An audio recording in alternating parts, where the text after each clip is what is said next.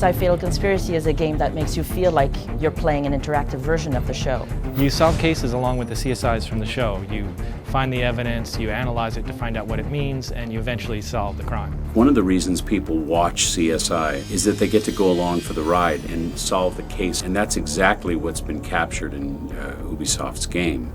One of the best things about the show is its production value. The cinematography is great and the choices are artistic. They never use white light, they use blue lights and green and yellows, and we try to do that with our lighting as well. Making a CSI game is all about immersion. We want the player to feel like they're in an episode of the show. Just like in the show, in the game, the crime scenes in the lab are where most of the action takes place. We took a lot of reference stills from the show in order to recreate the lab as accurately as we could. The CSI tools and the lab are a way of giving the player the experience of detecting, collecting, and analyzing the evidence, just like in the show. Well, some of the environments you'll find in the game are a burned out building, a construction site for a Las Vegas resort, or a mansion on Lake Mead. Little details like flies buzzing around a light fixture or safety tape flapping in the wind all make an environment feel more alive. At one point you search a burned out building. We have smoke effects going up and dust effects coming down, just like they would in the show.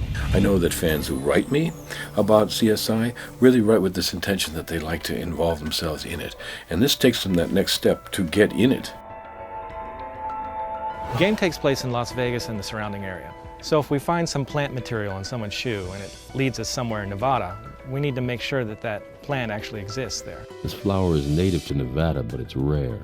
The process for creating a character model begins in the initial design phase, where we talk about who a character is. The next step is to gather reference material and do a concept drawing. Then we create a 3D model. One of the first questions we ask before animating is, what does a character's voice sound like? The voice needs to fit the character. This is a setup. I'm being framed. Having the actual actors from the show voice their characters really helps the player to feel immersed in the game. I think it's magical, especially in a game like CSI, to hear the characters' voices. Oh, I almost forgot. There's a shard of some kind embedded in the back of her left hand. I left it for you to collect. No one knows the CSI Las Vegas universe better than the story writers and producers that created it. This is the first CSI game to have an overarching story that develops across all the cases. There are so many ways to get to the final solution, and everybody's different. That's a lot like life, which I dig. Are you familiar with Beatrice Salazar? Everyone has a price, and I own them all. You get closer and closer to solving the larger case that you don't solve until the end of the game. That makes all the cases more interesting because it relates to the bigger picture. Playing the game is like being in the show. It's like expanding the show experience into an interactive experience. You get to interact with the same kind of compelling storylines that you find in the show. Playing CSI Fatal Conspiracy places you in the show. You're collecting evidence, you're finding out what it means, you're interrogating suspects, and eventually you're solving the crime.